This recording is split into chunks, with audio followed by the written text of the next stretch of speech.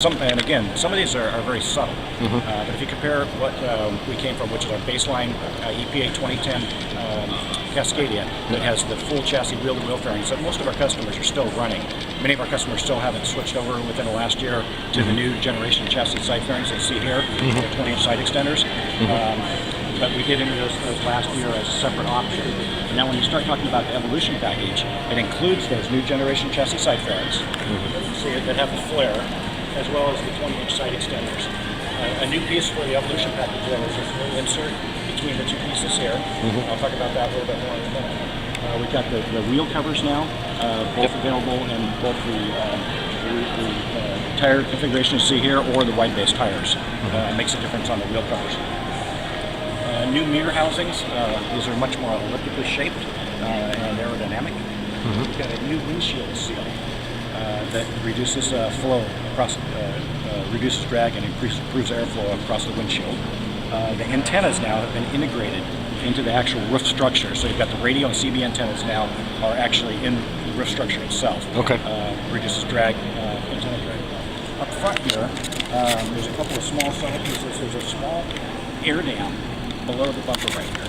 You can see it right here. Very subtle.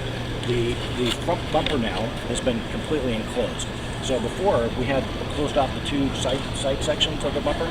Now it's going to enclose the complete bumper. And you're saying, well, doesn't that impact cooling? No.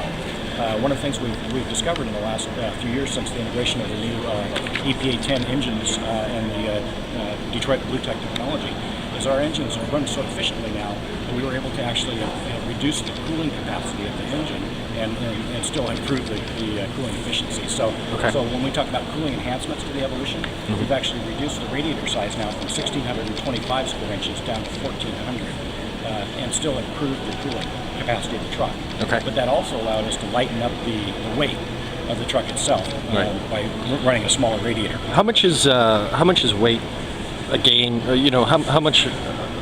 How important is weight in this sort of fuel efficiency?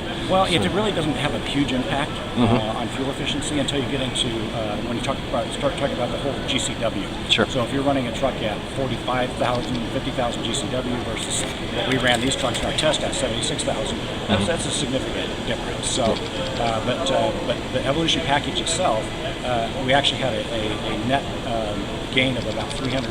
A net loss of about 300 pounds in the truck now from the previous generation Cascadia. Some of that can be attributed to the engine now. Of course, the new DD15 engine utilizes a proprietary asymmetric turbocharger, as well as ACRS common rail system.